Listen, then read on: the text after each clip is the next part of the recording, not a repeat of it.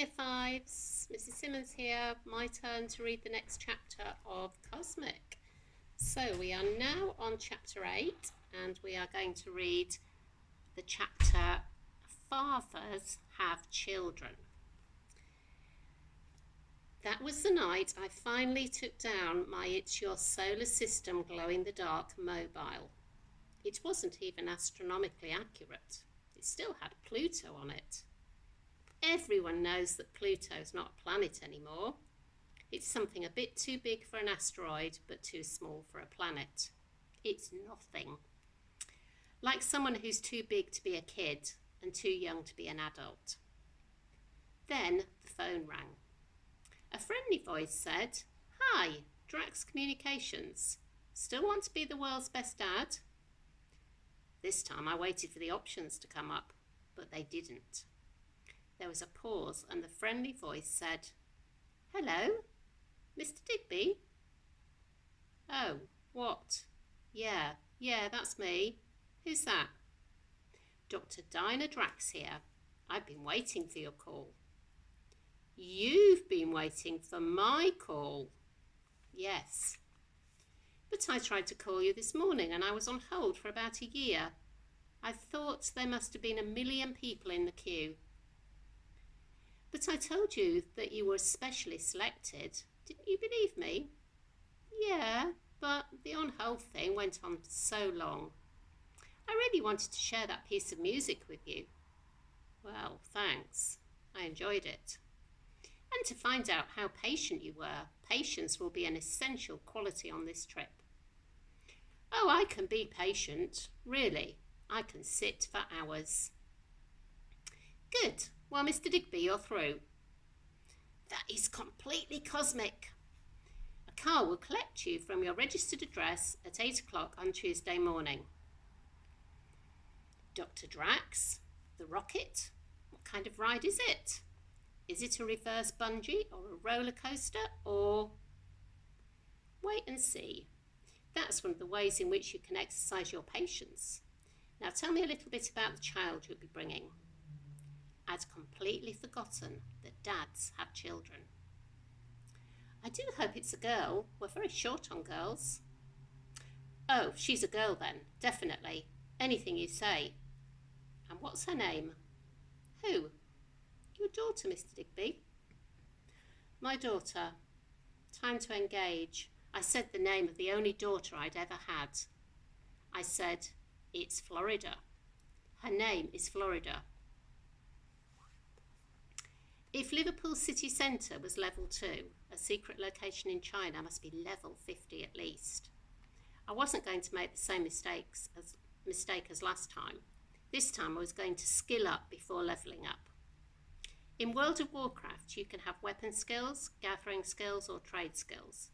You can have mining skills too, but they're a bit rubbish, and you have to buy a pickaxe. If I was going on a quest disguised as Florida's dad, I would need dad skills. I went through all the books on my dad's bedside table. There were mostly colour charts of quick-drying, low-odour bathroom paints with mad names like Antarctic Glow. But there was one called Talk to Your Teen, which was all about how to trick your teenage son or daughter into talking to you. Unbelievable.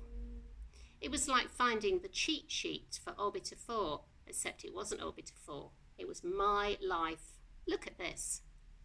Does your teen sometimes seem sulky and uncommunicative? Meals are the most natural place for conversation to flow. To create the best possible conditions for this, you should turn off the television before eating and try to serve fiddly food.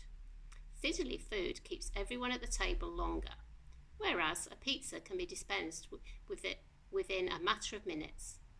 A kipper can keep a hungry teen at the table for fully half an hour. In other words, meals are traps. Except what sane person would bait a trap with kippers? It also said, it's very important to show an interest in their world. Ask them about their friends, their music, their books, and their computer games.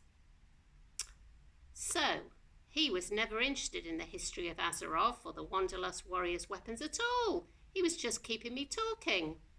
I should have realised this before, because when I carefully monitored my dad's conversations for several days, I discovered that they can all be broken down into 5 headings, namely, number 1, how we got there, number 2, what the parking was like, number 3, what it was like in the old days, number 4, something thoughtful which it made you think, and number 5, something to do with last night's football.